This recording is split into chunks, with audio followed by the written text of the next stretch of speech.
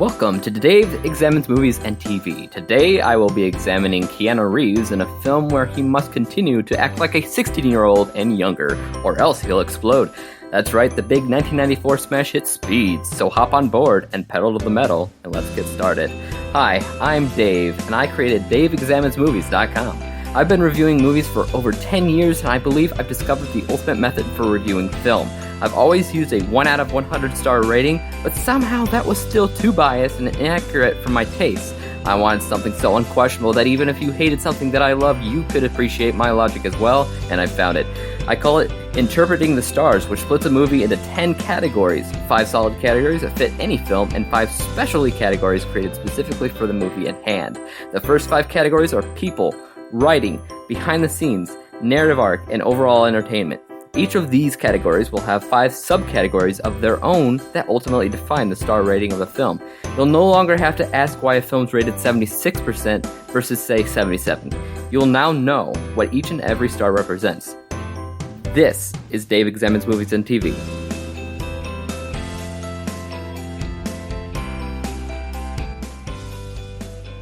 Alright, all aboard and welcome to my bus. But I have to warn you that I will have to stay above 55 or else we're all gonna die. You all remember the 1994 smash hit Speed, starring Keanu Reeves and Sandra Bullock. And you also probably know it had a sequel too that didn't do as well for many reasons, but I don't know. I don't have a review for that one yet. But anyways, we're talking about the first one. So anyways, when I think of Speed, I have a little bit of nostalgia for it, because back in the 90s, there wasn't a lot of action films that I, continued to consider memorable. But Speed was one of them, so I have a little bit of nostalgia when it comes to Speed. And I also am a bit of more of a fan of Keanu Reeves than probably most people are. But that doesn't really, I don't know. As far as his career goes at this point, in 1994 with Speed, it's hard to tell a huge difference between then and with his Bill and Ted series, but we'll get back into that in a second. But yeah, Speed's a pretty good movie as far as memorable, but is that a good or bad thing for 2017? Does it still hold up? Does it have scenes that I didn't really remember the first time around? There's a lot to get into in this one. So let's get started. Our first category, of course, is people, and that deals with, again, acting, characters, casting, importance, and chemistry. So first off, we have acting. Now, this is where I was talking about with Bill and Ted. A lot of the acting in Speed is, it's cheesy. It's really cheesy, and I actually think Keanu Reeves does the worst job out of the bunch.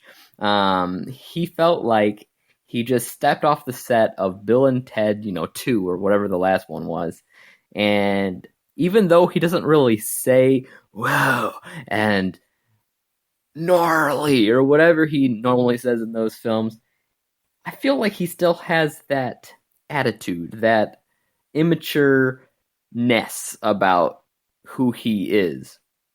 And people say that still to this day, that like he had the same thing in The Matrix. And, I can see that here and there because he says, "I know Kung Fu." But for the most part with The Matrix, I think he was his own person. I didn't really sense Bill and Ted in there, but I do sense it in Speed. So he was probably the worst out of the bunch. He's probably the most memorable character in the film and most important, but he was still probably the cheesiest. Next cheesiest is probably the main, bad guy played by Dennis Hopper. He was just a typical, I want to say, almost like a superhero villain, like a supervillain, because he would be like, "I got you now, Jack." Like, it was ridiculous. Actually, what was funny about Dennis Hopper was he played the main bad guy in 24, one of the 24 seasons anyways. And so he's following around this guy named Jack in the movie, but he was doing the same exact thing in Jack for the movie, because that's Keanu Reeves' character's name. And then Jack, his character in the movie, his partner, it was named Harry something or other, was of course played by never think of his name. The guy from Dumb and Dumber who played Harry in Dumb and Dumber. And of course this was 90s. It was like a year after, or probably even the same year, that Dumb and Dumber actually came out. So there's this scene in the movie where Harry gets drunk and he's talking like an idiot. And it legitimately just sounds like Harry from Dumb and Dumber. So just little fun factoids here and there. But as far as acting is considered, if I said anything as far as the best acting considered, probably the Harry guy, or with Sandra Bullock. But all she really did was drive and get scared that all these different things are happening around her. So it's not really a big acting movie. I'd have to give this 0 out of 2 stars, just because that's not the focus of the film, and that's okay for whatever reason. If everything else scores high, then everything else scores high. So the next one's characters. Are the characters memorable? Yeah, I haven't seen this movie in so long, but I do remember the characters. I can't tell you that I remember their names or anything, but I remember what they represented. How he was a cop, how she was just a passenger on a bus, and Dennis Hopper's a crazy freaking terrorist guy. I remember all of these things as far as the characters are considered. I didn't really remember Harry in it. But I pretty much remembered everybody else that's major in the film. Not all the secondary characters or anything, but that's pretty normal. So as far as the characters are considered, I've still remembered a lot of them 23 years after the film was released. So I'm going to have to say 2 stars for the characters. The next one is casting. Were they casted correctly? Could they have been casted better? Honestly, I'm not entirely sure, because all of the acting is corny. So I have the feeling that the director wasn't all that worried about the corniness with the acting, which means anybody could have been casted in the film, but that corniness would have stayed put. So it's not the problem with the actors. I think it has more to problem with writing. So I remember it for the people who were acting in it. I remember the actors for this film, and whether they acted well or not, I still considered them memorable. So 2 stars for the casting. The importance is next. Are all the characters, do they all serve a purpose to be there? Do they add to the plot? Does everyone have a reason to be there? I would say yes for this one. Jack is there to catch this bad guy. This bad guy isn't just being a bad guy to blow up things. He's doing it for a specific reason, for whatever reason that is. He wants to collect some money that he believes is owed to him. So that's the bad guy's reason for that. The girl, Sandra Bullock's reason for being there is basically she's trying to get from point A to point B. Her driver's license was revoked, so she had to take the bus, but she had to be the one to drive the bus when the original bus driver was killed earlier on in the movie. So that's just like a little funny tidbit, but it does give her character a reason to be there in the first place. The Harry character, his partner, was shot earlier in the film, so he was desk-bound. But while he was desk-bound, he was able to talk to Jack through a phone call to talk about bombs, different types of bombs, and things of the nature. So he was important. There was also another cop who was there to help Jack while he was on the road, whether that meant delivering passengers off the bus and things of the nature. He was the rescue guy. So everybody in the movie had a reason to be there. It furthered the story, so I'm going to have to give the importance 2 stars as well. Chemistry. It's hard to say for chemistry. I slightly remembered this movie almost for the romance between Jack and Sandra Bullock, but that's really not the case here. But they do have good chemistry. Jack has good chemistry with Dennis Hopper as the bad guy versus the good guy. He even deals with all of the passengers on the bus in a different manner, and I think, for the most part, he works very well with everybody, and everybody works well with him and each other. So I'm going to have to say the chemistry was also rated 2 out of 2 stars, which gives the people category 8 out of 10 possible stars. So we're off on a good start here. Just because the acting wasn't all that good, the rest of the categories scored high, so right now we're still standing pretty high. The next category we have is writing. Like I said earlier, they had some problems with the writing. So the first one's dialogue. I gave dialogue 1 star. And the reason why I gave dialogue 1 star is because a lot of it was cheesy. A lot of it wasn't really believable when people would actually be talking. It wasn't about people talking. It was about the action. It was about what was happening on screen and not about what you're saying to whoever. So the dialogue was, it could have been better. Next up is it balanced or is it over convoluted? Is it, can you follow the story rather well? You can follow the story easy peasy because all it is a bus that can't stop or it's going to blow up and how they're going to solve that. There's nothing to it other than that. All the characters are pretty much in the beginning and they stay throughout the movie. The setting of the film, even though the bus is driving through a bunch of different places, is the actual bus itself. So literally, it's perfect. So balanced there, 2 stars out of 2 stars. As far as the story is concerned, what was the story? Once upon a time, a guy had to stop a bus from blowing up because if you stopped it, it blew up. There wasn't a huge reason to watch this movie in general as far as the story is concerned. It's just action-packed, so there's not much, importance to anything. So for that, I'll just have to give it 1 star because it is what it is. Originality, I still haven't seen anything like this as far as this kind of terrorism in film. It's very specific to Speed. And it was even reused again in Speed 2. But for the most part, it's actually pretty original. Whenever I think of the main concept, I immediately think of Speed. So for that, I got to give it originality 2 stars out of 2 stars. Last question on the category for writing is, was it interesting? Of course it was interesting.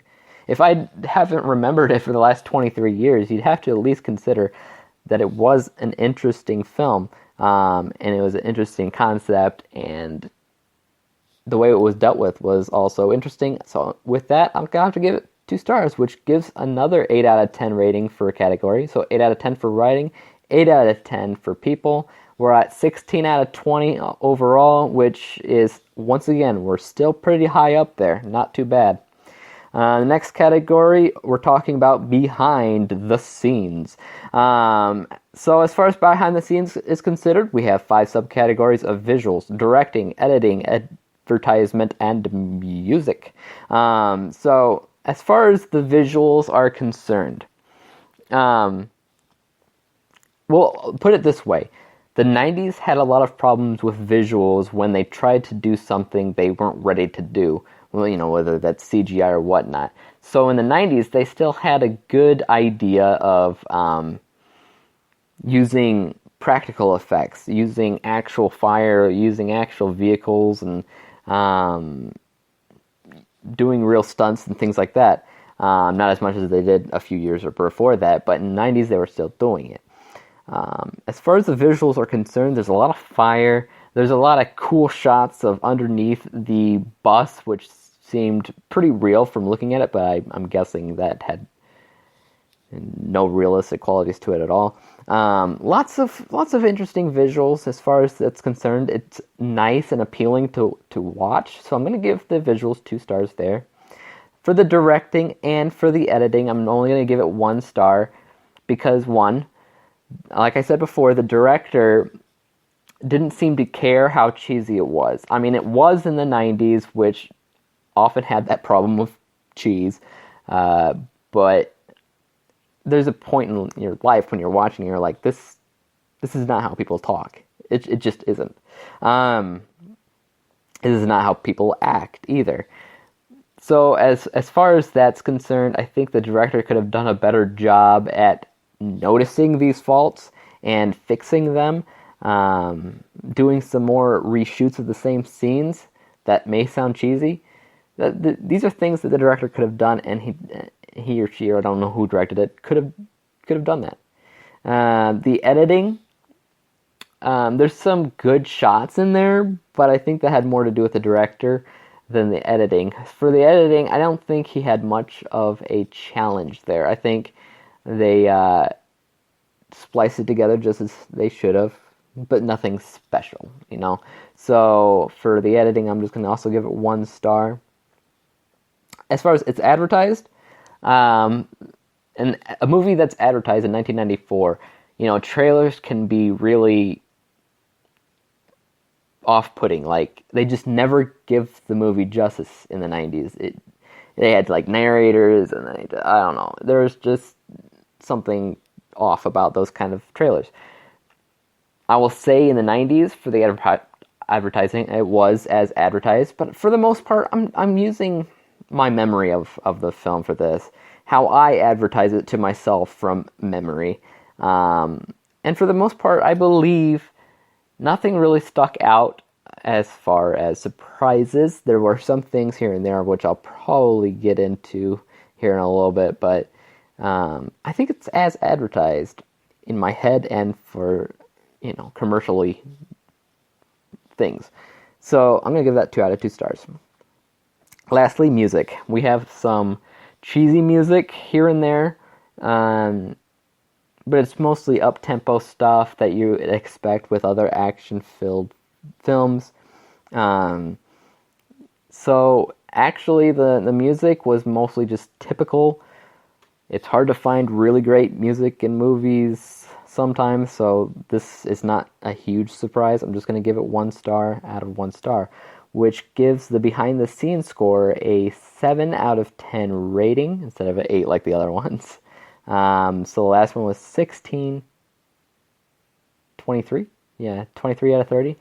So it's still pretty high, but it's going down just a little bit. Let's hope that it stays up there. The next category is the narrative arc, which I mentioned before in the other podcast, that the narrative arc is very important to a film. If you are missing one point in there, it may feel like the movie's off, and you might not even understand why. So brush up on your narrative arc stuff, and remember that the subcategories here are the introduction, the inciting incident and crossing of the threshold, the obstacles, the climax and the epiphany and the climax, rather, I should say, and the falling action. If you have all of these, then it'll feel like more of a solid film.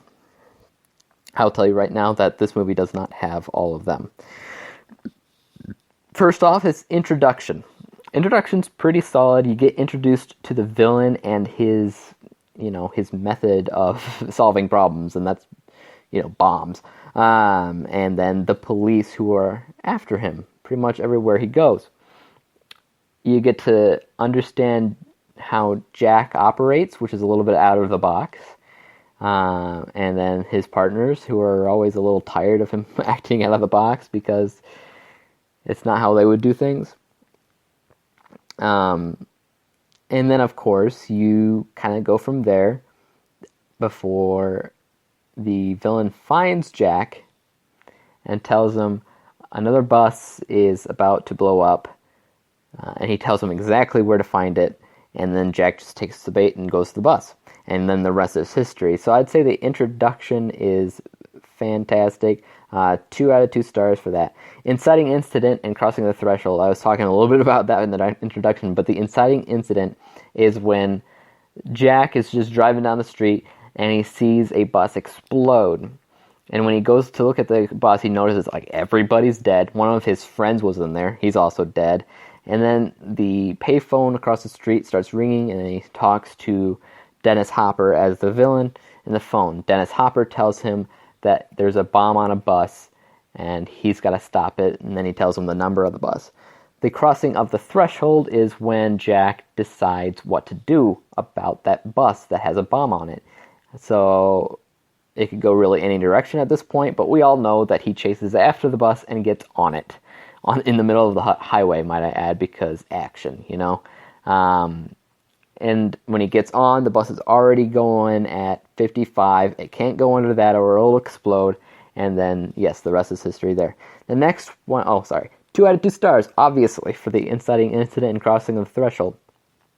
Next one's the obstacles. No problem here. You have a bus that's going, 60, 65 miles an hour, and it's not a car that's going that speed. It's a bus, which is hard to turn, and it's not only driving on highway, it's also driving on regular streets here and there, which causes a lot of commotion, a lot of danger, a lot of things that are happening. So, yes, there's a lot of obstacles there, but that's pretty obvious. The main obstacle is that there is a bomb on the bus. So for this, I'll give it 2 out of 2 stars. Again, finally, the climax. Okay. I don't have a huge problem with the climax because there's a pretty fantastic climax that is just above and beyond, and it works so well. But then the movie keeps on going, and then there's a secondary climax that's just boring. Like, it's not as good as the last one. It should have just ended there, but it didn't. I don't know why it didn't. It's like they needed something more to it, like a second act or something. Whatever it was is another problem with the director, I'm guessing, but it was not good. I'm going to give this 1 star because there was a good climax in there somewhere before it was diluted with a secondary blah one. The falling action is something that the film does not have. It's got 2 climaxes and no falling action. It kind of just ends right there. It could have ended also at the first climax, and I would still give it the same rating, because there's no falling action. There's no returning to the norm. It is just what it is. So for that, 0 stars for falling action. That actually gives the narrative score another 7 points. I believe we're up to now 30 out of 40, so yeah, it's going down a little bit. The next one, we're talking about the entertainment score. Of course, I mentioned this before in my last podcast about how the entertainment score is something that apparently I only score. Other critics ignore it because it's not important. We only care about technical things that we can check off or not. The entertainment is a bias. Entertainment is definitely a bias. Everything on this category is unique to my own finding, but I at least back it up and tell you why. So first of all, the rewatchability, I consider that to be a check mark. I consider that to be 2 stars because I have rewatched it multiple times throughout my life. Not for a while recently, but I do consider it a very rewatchable film. Regardless how cheesy it is, it's a memorable, pretty much instantly classic action film from the 90s. So that's all I really have to say about that. That's 2 stars. So 2 stars for rewatchability. The next one is it fun? What do you think? This is Speed from 1994, where it's a bus that can't stop or it's going to explode, and there's so much things happening around you. You have to know what happens, even though it's cheesy. Who cares? Is it fun? Absolutely. 2 stars. I mean, yes, this is a bias, but it's not hard to understand how I got there. The next one is, do I have an impulse to buy it? Not really. The movie's been out for 23 years, and I've never bought it before. If I saw even a cheap version of it, I probably wouldn't get it. I can't really say why. It's a good enough movie, but it's one of those movies where I could see it here and there, but I don't want to own it. I don't know. So I don't really have an impulse to buy it pretty much at all. So I'm going to give this one 0 points. If it's free, I'll take it though. Hey. The next one is the impulse to talk about it. When you see the movie and you're like, I gotta talk to somebody about this movie. This movie is insane. Either through bad or good reasons. You just needed to talk to somebody about it. No, not really. Now, the fact of the matter is, most people have seen Speed at this point. So this is like one of those categories that would pretty much always be no. I mean, I might want to talk about it with somebody who's seen it. But there's not much more to talk about in this day and age. It is what it is. I'll give this 0 stars as well, so that's fine. The last one is, does it suck the audience in? And that's kind of like in the same subcategory as fun. Does it suck you in? Yeah, I mean, there's so much happening in this film that you kind of lose track of what's happening around you. You can lose time pretty quick. It's pretty good at killing time. So you can watch it, and people can be talking to you, and you just need to get through this one scene that's kind of intense. So I would say that it does a pretty good job at sucking the audience in. I think this probably could be a subcategory that is arguable. It might not work for everybody else, but it does work for me. So it sucks the audience in. Yes, 2 out of 2 stars there. So all in all, the category for entertainment is 6 out of 10 stars there, which comes up to a grand total of 36 out of 50. Which again, not the greatest score in the world, but we're going on to the specialty categories for Speed. Now, when I thought about these questions before I saw the film, or actually, I mean, I've already seen it, but before I watched it this time, I came up with 5 specialty questions that I wanted to know the answer to. So, I remembered a lot of action. So, the first specialty category is basically the action aspect of it. Is the action aspect still good? Is it aged? Is there anything wrong there? I would say 10 stars for that because the action is still pretty decent there. I saw no faults with the action, so 10 out of 10 stars for that. The next one is, this is a 90s film, so there's going to be a lot of cheese, there's going to be a lot of aging problems. Can you tell it's a 90s film? More or less. I could say that I could tell it's 90s, but I've seen a lot worse from the 90s too. So I think this translates pretty well to 2017, other than some cheesy lines and acting. Like, everything else felt pretty fresh. I think a lot of people nowadays can definitely enjoy this film if it's the first time they've seen it. So, absolutely. The next one is, well, this is Keanu Reeves, I like his work. Is this one of those films where you're like, Keanu Reeves, the star of, The Matrix, blah, blah, blah, and Speed? I'm pretty sure I've seen trailers where it's, have said, from the guy who was in Speed, or whatever they would say. He's known for it, but I wouldn't really showcase it as one of his biggest films ever, just because he doesn't do the best job in the role in this. So for that, I'm gonna say 5 out of 10 stars, because there was time that he was okay, but the rest, I don't know, kind of cheesy, I'd rather watch him in other movies, kind of thing. The next one is, like I said before, I remember an aspect to romance to it, just because Keanu Reeves and Sandra Bullock are always so close in all the images. I do remember them kissing, but I couldn't remember how much of an element that was when I watched it. Turns out it's not really all that much. It's like a gimmick, pretty much. But I will give it 5 out of 10 stars because they do have some pretty decent chemistry.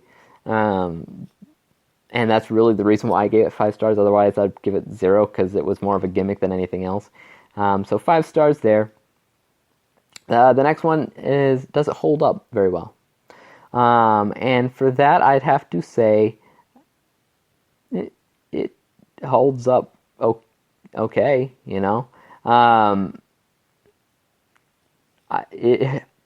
don't know. It's still, you could tell it's 90s and everything, like I said before, but it's still a good movie for this day and age. So I'm going to have to say 10 stars for holding up as well, which gives all the, it gives it 1, 2, 3, 40 points for the specialty questions, which altogether brings us up to 76 points. 76% out of 100, or 76 stars out of 100 stars, is the main score of Speed, which is not a terrible score at all. It actually rounds up to about 8 out of 10 stars if you're one of those that rates out of 10 for like IMDb or other movie reviewing websites. It comes up to 8 or 4 out of 5 or whatever you want to call it, which is a decent, okay score. Not the best in the world, but a pretty average one. Slightly better than average, I guess you could call it. And that probably has most to do with nostalgia. I did want to say that everything that I remembered from this movie was mostly everything that transpires in the bus. Now, I couldn't really remember all that happened off the bus, because there are stuff and things that happen off the bus. That would be the introduction and the post-finale. All that takes place off the bus, and it's really, really forgettable. You only remember the movie for the bus, literally, which can be a problem. I did take that into consideration when I was reviewing things like story and things like that. It's a problem because it also does mess up with that. You don't usually get a movie that's forgettable and memorable at the same time, which is weird for me. I mean, it's not terrible because most of it is fine. It's just something that I wanted to let you know about. If you watch the movie again, you might be surprised that there's some stuff that happens off the bus as well. So that's cool.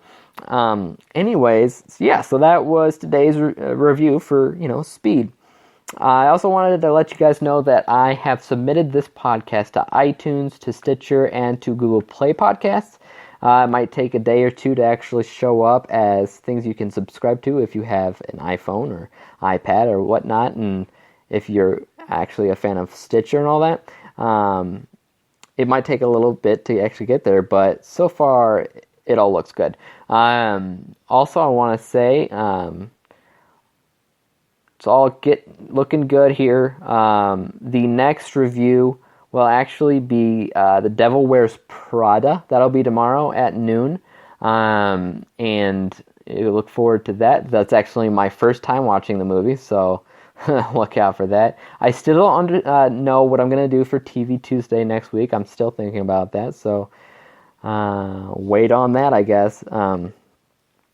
But again, okay, so if you want to get into contact with me, you can email me at dave@daveexaminesmovies.com. You can also tweet me at IAMDWG, that's IMDWG on Twitter. On Facebook, you can find me at Dave Examines Movies. And of course, my website is daveexaminesmovies.com. Lots of different ways you can get a hold of me. You can comment on this podcast. You can subscribe to this podcast. Give me a shout out. Especially let me know if there's any movies that you want me to review, and I will take a look at those as well. And other than that, I think we're good to go. So yeah, thanks for subscribing. I'll see you tomorrow. Peace out.